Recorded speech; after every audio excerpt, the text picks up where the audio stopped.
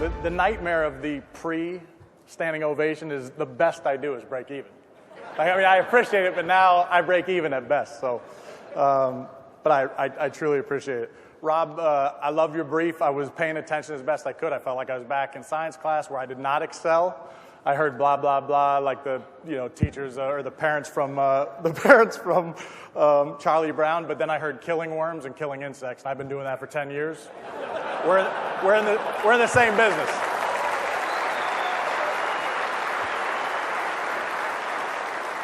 So we're in the same business. I want to thank Brad and Jim and then Ben for also welcoming me here today. I'm starting to do this more often, and I'm not always welcome that way. Nobody's ever treated me poorly when they've invited me to a spot, but you can tell if it's different. You can tell if it's from a special organization or a culture that welcomes people like family. So I sincerely appreciate it. It's kind of a counter to my flight in yesterday. So you were good enough to fly me in the front of the plane out here on Father's Day. I'm never late. I'm chronically early to everything, but I was a little behind because my little girls were not happy with the fact that I was leaving on Father's Day. But I get to the plane. First class is already checked in full. I get on the plane. I'm in jeans and a t-shirt and a ball cap. And this gentleman's sitting, in the aisle where I need to get to the window seat. Everybody's there. And I say, "Excuse me, sir, I've got to sit down." And he looks up at me with such disdain that I'm about to ask him to move and that I'm sitting there. I couldn't believe it. He looks at the flight attendant and actually cranes his neck to see if the ticket I'm holding actually says that I'm going to be in the seat next to him. And so I show it to him, and then I sit down, I kind of get past him, and he looks me up and down, and he says, "I can't imagine what it is you do for a living." I said, "Well, I don't write greeting cards for Hallmark." So, I mean, that's one of those moments where you got the angel and the devil on your shoulder, and my devil's like, "Please let me take this one. Please, please, please let me take this one." And I subdue him for a second, but it's actually a funny question. I mean, if I think about, what it is that I do for a living, pre 9/11, we wouldn't have answered that question. It was all smoke and mirrors and kind of cloak and dagger time in our history. I think that was actually born out of almost a little bit of cultural embarrassment that there wasn't anything going on. Our guys were in good shape. They knew how to shoot. They knew how to do everything that we do, but there wasn't really a bad guy to go chase.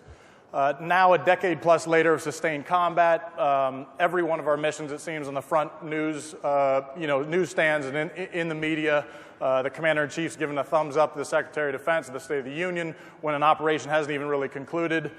I had the wisdom of participating in a major motion picture about what we do. I think everybody's just done. So part of my devil side just let me give him a little bit of a stare, and I paused for a second. I said, "Well, I'm a professional gunfighter." Which, as his hand's jerking towards the flight attendant button, might not have been what he was expecting. So I qualified. I said, "Look, I don't just shoot anybody. Bad guys, primarily. And I don't think there's any chance I'd shoot you.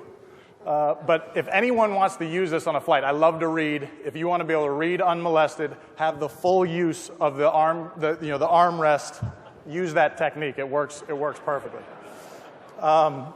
But if you were to ask me that, what is it that I do for a living, it's actually hard to put into words. So do me this favor. I'm just going to paint a picture for you. So close your eyes. I want to paint a picture of what it is that I do. Picture a 4th of July day. You're on a rooftop, third-story rooftop building, celebrating with a few of your good buddies, family. You're overlooking, kind of a main thoroughfare of a street. Beautiful river flows behind you on the apartment that you're in. You see everything that a 4th of July would basically offer up. Kids playing in the street, parents and their kids walking around, friends greeting each other, the smell of barbecue in the air. About a mile off down the street, you see a big parade of vehicles coming your way that'll be to you in, maybe 15 minutes. And about halfway down that road, you see a ditch, kind of a hole on the side of the road. And kind of almost on cue, a bunch of kids, I'd say anywhere from 5 to 10 years old, come out and are standing around this hole. And then picture a man with an AK-47, with that AK-47 pointed at a 14-year-old, walking him out to the hole and giving some instructions, and then as the kids are all around this ditch in the road, you see him bring out a 105 millimeter artillery round, which is basically a huge bomb, and placing it in the road. You can open your eyes. You know, that's just, it seems like one of 100 Rolodex, 1,000 Rolodex images running through my brain of what it is we do for a living, the decisions that go along with that, and what we train to deal with, you know, out there in the world.